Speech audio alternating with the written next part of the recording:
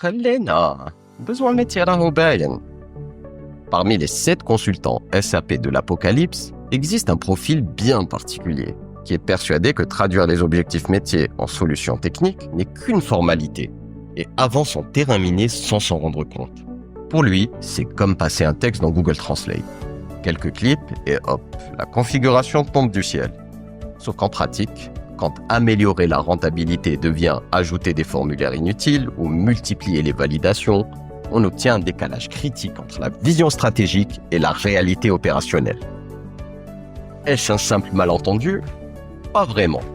Sous-estimer la complexité d'une traduction métier technique peut avoir des impacts majeurs, tels que des configurations inadaptées, votre KPI principal, augmenter la productivité, se transforme en un patchwork de fonctionnalités mal alignées.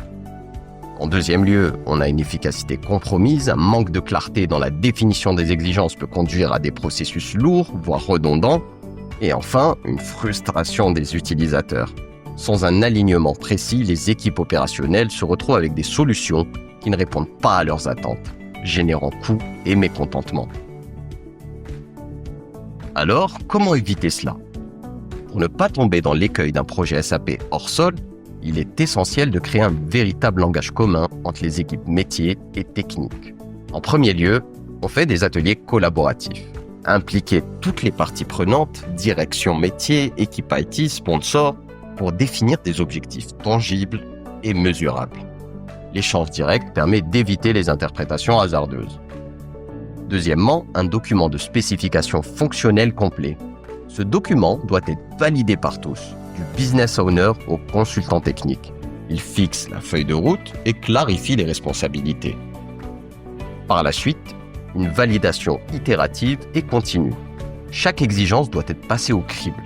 Est-ce aligné sur la stratégie de l'entreprise? Est-ce techniquement réalisable? Cette approche agile évite les allers-retours coûteux en fin de projet.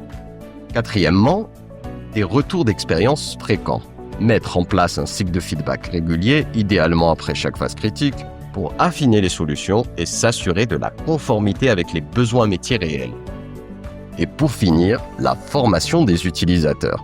Trop souvent reléguée au second plan, la formation est pourtant cruciale pour garantir l'adoption et la pérennité de la solution. Mieux les utilisateurs SAP comprennent le système, plus ils sauront l'exploiter de manière pertinente. Alors, mais quel est le coût réel du malentendu? Ne pas investir dans cette traduction humainement intelligente se paie très cher. Dérive du périmètre, scope creep et complexité accrue des processus. Surcoût de maintenance et nécessité de refonte rapide, dégradation de la satisfaction utilisateur et de l'adhésion globale au projet. En clair, le fameux ajustement de quelques champs peut se transformer en calvaire budgétaire et organisationnel. Faites le pari de la clarté.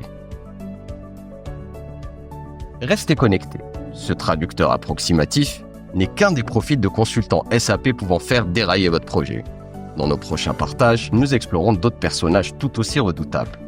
Et surtout, comment y faire face avec professionnalisme et sérénité.